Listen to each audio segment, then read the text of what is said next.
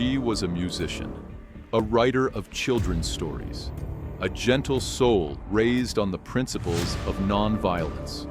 But when the Nazis swept across Europe, she became something no one expected, one of Britain's most daring spies.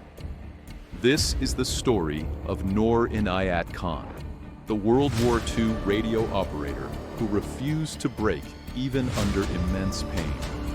This is Monochrome Documentaries. We bring history's overlooked heroes to center stage.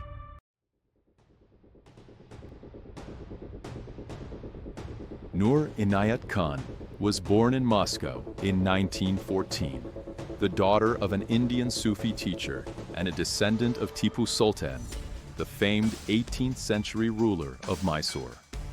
Her mother was an American poet. Her father, a man who preached love and tolerance, moved his family first to London and then to a house outside Paris they called Fazl Manzil, the House of Blessing. Here, Noor studied child psychology at the Sorbonne and music at the Paris Conservatory under the great Nadia Boulanger. She was a dreamer, a budding author whose children's stories were published in French newspapers and broadcast on Radio Paris. Her identity was a complex mix of East and West, royalty and art, spirituality and intellect. She was raised with the core belief that nonviolence was the highest path. In 1940, as the world began to tear itself apart, the ideals she held so dear were about to be tested in the most brutal way imaginable.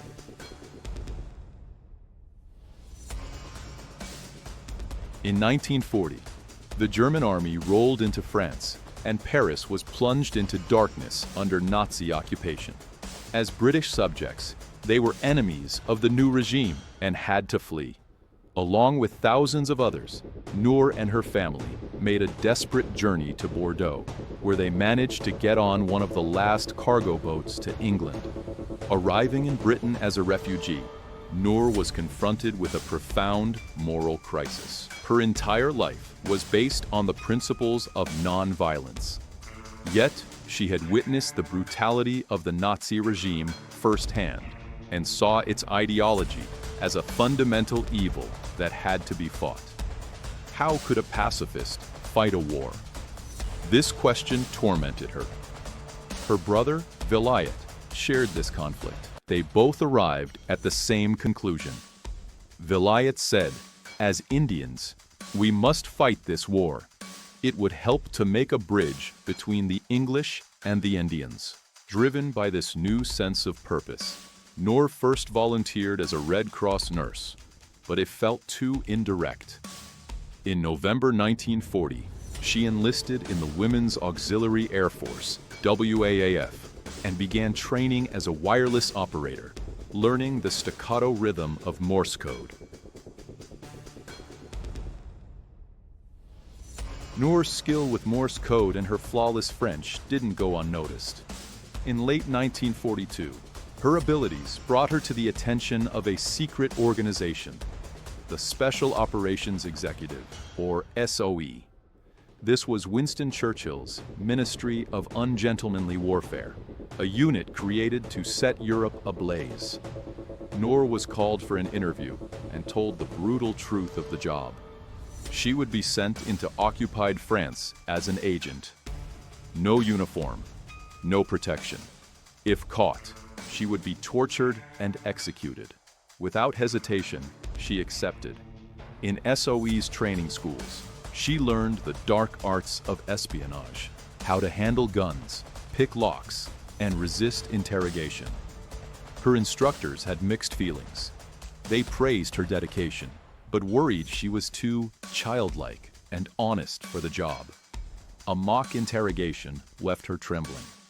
But beneath her quiet exterior, her superiors saw a core of unshakable resolve.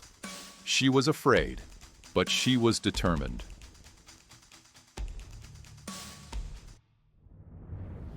On the night of June 16, 1943, Noor Inayat Khan became Madeleine. She boarded a small plane and was flown to a field in northern France, becoming the first female wireless operator sent into the country. The women before her were couriers. Her job was considered the most dangerous of all. Her mission, to be the radio link for the Prosper resistance network in Paris. Her radio, disguised in a suitcase, was her lifeline. The life expectancy for a wireless operator was just 6 weeks. The Gestapo's direction-finding vans prowled the streets, able to triangulate a signal in under 20 minutes. From an attic window, she tapped out messages, the radio's small light glowing. Below, the sound of a German patrol's boots echoed on the cobblestones. When she finished, she packed the heavy set and melted back into the night, just as a direction-finding van turned the corner at the end of the street. Under the cover identity of a children's nurse, she was constantly on the move, her 30-pound radio a constant companion.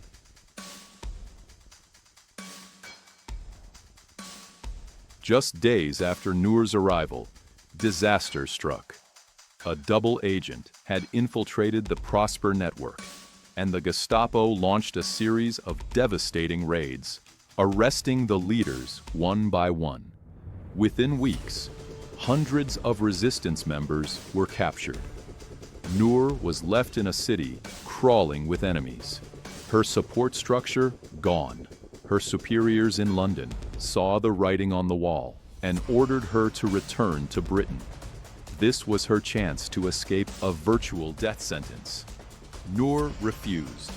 She sent a message back explaining that with all other operators arrested, she was the last and only radio link between the Paris resistance and the outside world.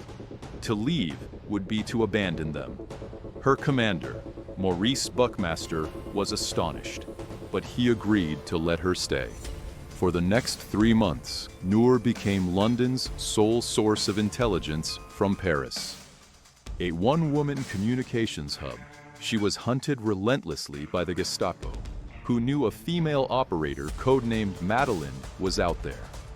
She coordinated arms drops and helped downed Allied airmen escape, all while evading capture. She was no longer a frightened trainee. She was one of the most important and most wanted agents in occupied France.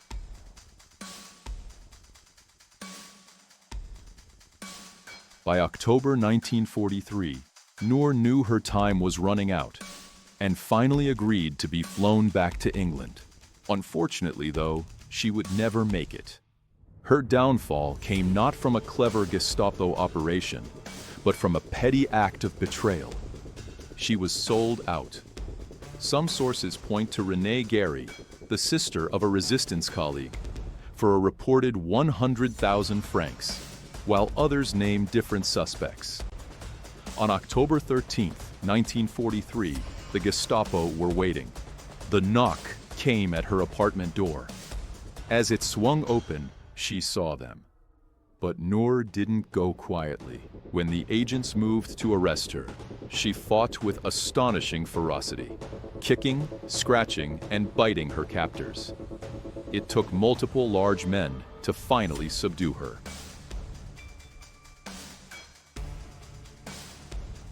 Noor was taken to the Gestapo headquarters at 84 Avenue Foch, a place of brutality. Even here, her defiance burned bright. She immediately attempted to escape, climbing out a bathroom window and making a dash across the rooftops before being recaptured. After a second escape attempt, her captors declared her highly dangerous. She refused to give them her real name or any information. She was sent to Pforzheim prison in Germany under the Nacht und Nebel, night and fog protocol, for prisoners who were to vanish without a trace. For 10 brutal months, she was held in solitary confinement, shackled in chains at her hands and feet. She was beaten and starved, but she never once broke her silence. Other prisoners reported hearing her crying at night, but to her interrogators, she was a wall of unyielding defiance.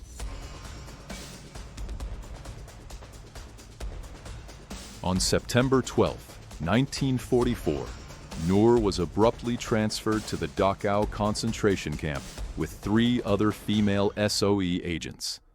They arrived late at night. What happened next is pieced together from post-war testimonies. It's believed Noor was singled out for a final, brutal night of interrogation by an SS officer. At dawn the next morning, September 13, 1944, Noor, severely beaten and gravely ill, was forced to kneel with her 3 comrades. According to testimony, just before the shot was fired, she cried out one final word, a word that encapsulated everything she had fought for. Liberté, freedom. She was executed with a single shot to the back of the head. She was 30 years old. Her captors never even learned her real name. The Germans may have killed Noor Inayat Khan's body, but they never broke her spirit. She remained defiant till the very end, protecting her network and her nation with her silence.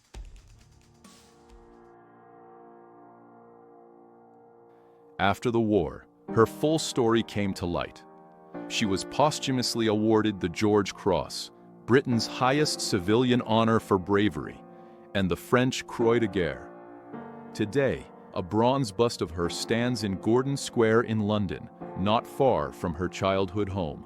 She is remembered not just as a spy, but as a symbol of incredible moral and physical courage. She was the pacifist who went to war, the writer who fought in the shadows, and the gentle soul with a will of iron.